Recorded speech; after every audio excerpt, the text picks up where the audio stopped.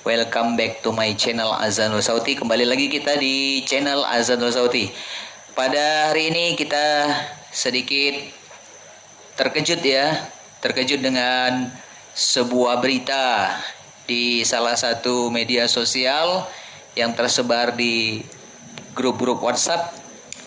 Pelaku pembakar foto IBHRS dan foto UAS ya, Ustadz Abdul Somad. Di sini jelas ya, pelaku pembakar foto IBHRS ini dia mengakui telah membakar foto IBHRS ya. Dan diketahui bahwa yo guys, abang ojol balik lagi dan ups, kayaknya abang membakar kedua foto itu.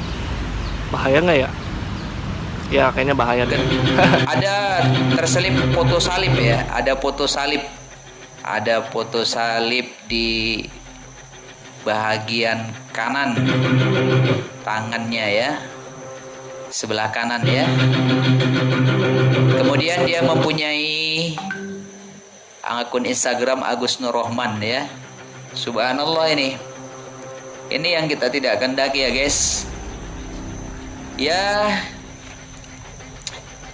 Be yourself ya, jadilah dirimu sendiri. Nggak usah kita harus menyamar ya, menyaru ataupun ya menjadi diri orang lain, tetapi untuk merugikan pihak yang kita rasa kita anggap menjadi musuh kita gitu ya guys. Nah, di sini juga kita lihat ya bahwa di akun Nur Rohman ini yang dibuka oleh cyber itu jelas sekali alamat-alamat dari saudara ini ya guys ya. Itu nomor HP-nya juga ada ya, nomor HP-nya juga ada, kemudian juga terekam di Jalan Tentara Pelajar ya nomor ya. Ini salah satu akun daripada oknum yang membakar foto IBHRS dan UAS Ustadz Abdul Somad. Oke guys, kita kembali ya, kita lihat bagaimana penghinaan yang dilakukannya gitu ya. Ya sabar ya guys ya, kita scroll dulu videonya. Akan perhatikan. Nah ini ya guys ya, ada video yang berdurasi 6 menit 13 detik ya, 6 menit 13 detik. Dia membakar foto IB ya, dan juga Ustadz Abdul Somad. Masya Allah ini ya saudara-saudara ya, agak kita. Yo guys, abang ojol balik lagi dan ups, kayaknya abang membakar kedua foto itu. Bahaya nggak ya? Ya kayaknya bahaya deh. Dia udah tahu bahaya guys, tapi dilakukan ya. Luar biasa ini manusia ini. Sambil ketawa lagi ya, Masya Allah.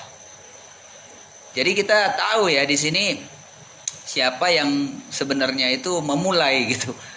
Ya, siapa yang menjadi pemicu, pemantik dari perpecahan yang ada di NKRI yang sama kita cintai ya. Mari kita simak ya guys video berikutnya ya. Ya kedua foto orang itu yaitu Habib Rizik Syihab dan Ustadz Abdul Somad itu guys, mereka adalah penista agama, sudah dilaporkan bertahun-tahun, tetapi tetap saja tidak ditangkap oleh polisi karena polisi takut oleh umat mayoritas agama Islam guys. Tuh ya guys, di sini kita lihat dia mengatakan bahwa pihak kepolisian itu takut kepada yang mayoritas. Ini yang dia serang itu adalah institusi ya guys, institusi dari kepolisian yang takut katanya, dan katanya menista agama ya. Di mana ya letak penistaannya itu? Aneh ini manusia ini ya guys. Ini oknum yang kurang ajar ini ya guys ya. Nah, di samping itu, si Habib Rizik ini juga ingin mendirikan negara Islam di Indonesia. Dan ya, tentu saja kalau misalnya Indonesia berubah menjadi negara Islam, itu artinya kelima agama yang lain itu harus masuk dan menjadi umat Islam. Ah, ini fitnah guys, ya ini fitnah. Katanya Habib Rizik akan mendirikan negara Islam. Sejak kapan ya guys ya? Ini fitnah besar. Ini fitnah besar yang dilakukan oleh oknum-oknum yang sama sekali tidak mengerti problematika dan masalah ya guys ya. Kalau kata kita nih asbun namanya, asal bunyi ya. Asal bunyi, asal ngerocos gitu ya. Dalam kitab As-Sawaid, saya mau meneteskan air mata. Ada sebuah hadis Nabi pernah bersabda, siapa yang berbuat baik kepada anak cucuku, lalu anak cucuku belum mampu membalas kebaikannya di dunia, maka izinkan aku, kakeknya, akan menanti dia di hari kiamat. Aku yang akan membalas kebaikannya. Tapi jangan main-main yang suka ngubah-ngubah wajah-wajah Habib Rizik. Jangan main-main yang suka menghina Habib Rizik di medsos. Kalian menghina cucu Nabi sama menghina Rasul kakeknya. Betul? Kalau dihubungkan berlaku hadis sebaliknya, siapa yang berbuat kejahatan dengan anak cucuku, lalu anak cucuku tidak sempat membalas semua kejahatannya di dunia, maka dengarkan aku kakeknya akan membalas semua kejahatannya nanti pada hari kiamat. Kalau sudah Nabi yang marah begitu, kita mau cari pertolongan dari siapa? Coba deh, saya tanya kamu deh, ya. Kita perhatikan lagi guys. Guys, gue juga pernah berdemo sendirian di depan gedung Istana Presiden, gedung Sekretariat Negara, dan gue ditodong 2 pistol di situ guys. Resiko kematian gue sangatlah besar, tapi ya gue masih hidup sampai sekarang dan gue akan terus melayani Tuhan gue, Yesus. Waktu itu demonya mengenai penistaan salib Ustadz Abdul Somad guys, dan sampai sekarang si UAS ini tidak ditangkap juga oleh polisi ya. Ya, dia katanya pernah demo ya di istana ya, dan ditodong pistol. Nah, coba deh, ini yang vulgar-vulgar begini nih jangan di Polisi tahulah sendiri, polisi mah aduh, takutan kalau polisi Indonesia mah. dengar ya. Tentu saja kalau gue meninggal pada saat berdemo sendirian itu guys, gue tidak akan mendapatkan harta keluarga gue. Katanya dia demo sendirian, dan kalau dia mati tidak mendapatkan harta keluarganya gitu. Ini kita simak nih guys ya, kemana nih tujuan. Gue pernah buat video di YouTube, itu harta orang tua gue berkeliling ke properti milik orang tua gue yang harganya sekitar 100 miliar guys. Dan kakek gue itu mempunyai perusahaan mie, itu harganya sekitar 1 triliun guys. Jadi gue mengorbankan 1 triliun lebih untuk mati sebagai Rasul Yesus, membela salib suci Tuhan gue Yesus.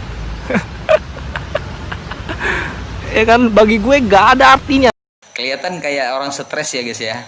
Ini mungkin sebesar apapun harta di dunia gak ada artinya guys. Kayaknya gue gak akan bertahan lama, nyawa gue akan melayang sebentar lagi. Tetapi yang gue percaya adalah waktu akan menjawab semua pelayanan yang sudah gue lakukan.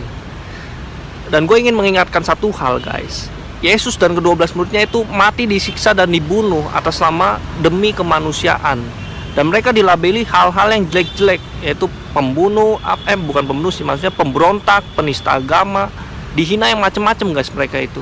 Tapi lihat sekarang, 2000 tahun setelah Yesus meninggal, agama Kristen dan Katolik memiliki jumlah pengikut terbanyak di dunia.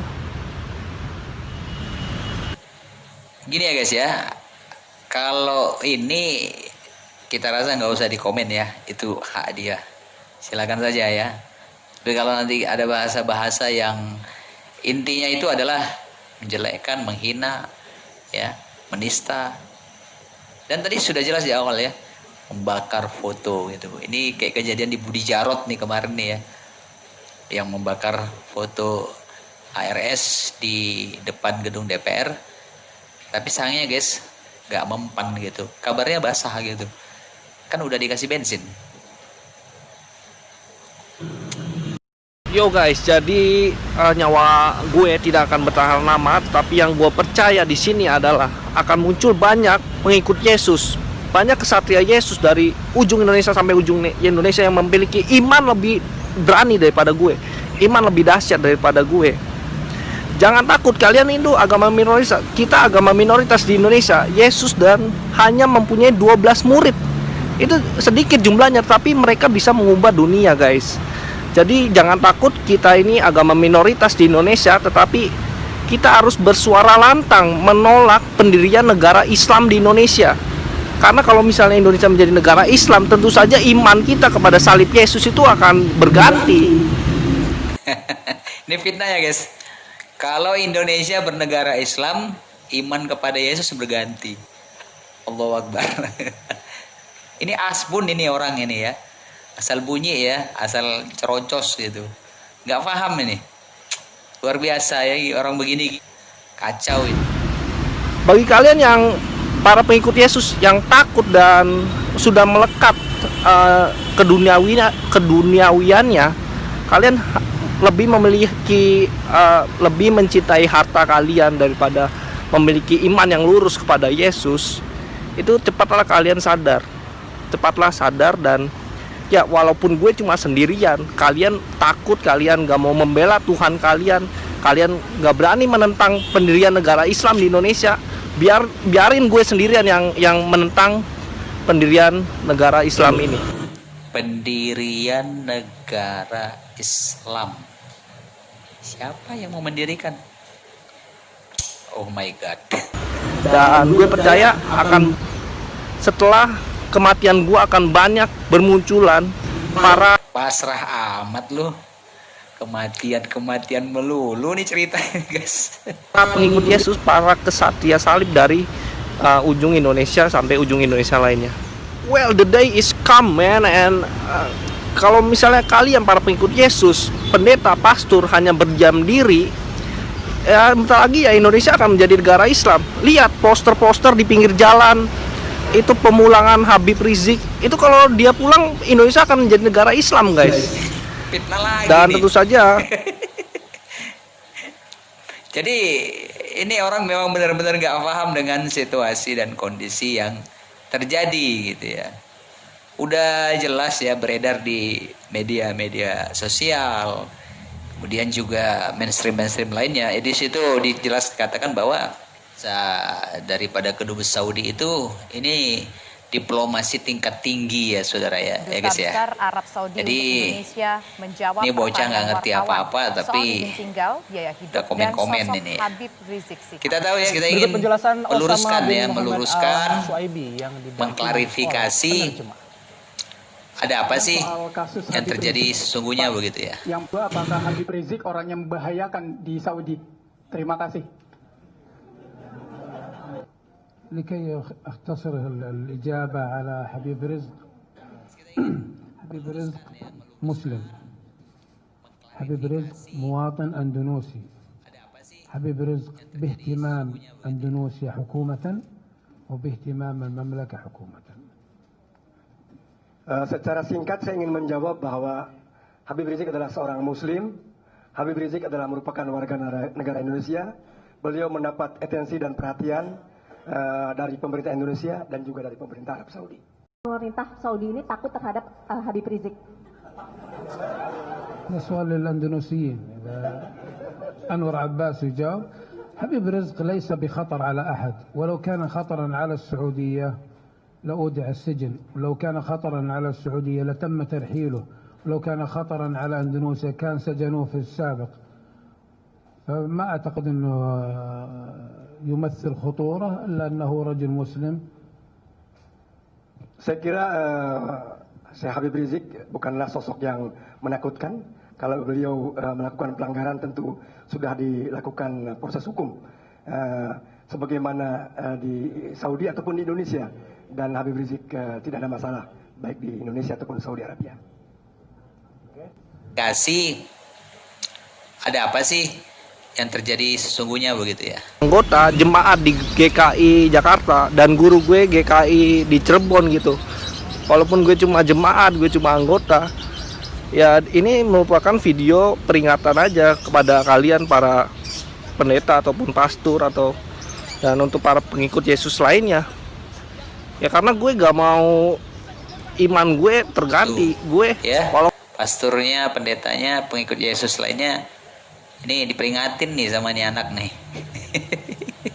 Peringatin tuh, dengerin tuh. Ya karena gue gak mau iman gue terganti. Gue walaupun gue disiksa, gue dibunuh, gue tetap akan bertahan dengan agama gue. Tetap memilih iman, mempercayai salib suci Tuhan gue Yesus. Oke, itu hakmu ya, itu hakmu, silakan dengan keyakinanmu. Yo guys, jadi segitu aja video kali ini, dan ini video peringatan. Setiap pengikut Yesus wajib menge-share ayat-ayat di Alkitab. Mereka memiliki tugas itu sebagai pengikut Yesus, dan gue juga memiliki tugas itu. Dan gue ingin nge-share satu ayat di sini, yaitu seperti kata Paulus, murid Yesus, hidup untuk Kristus, mati adalah keuntungan. Ya, itu yang ingin gue tekankan dan yang selalu gue percayai. Oke, itu videonya yang berdurasi kurang lebih 6 berapa tadi ya? 6 menit 13 detik ya.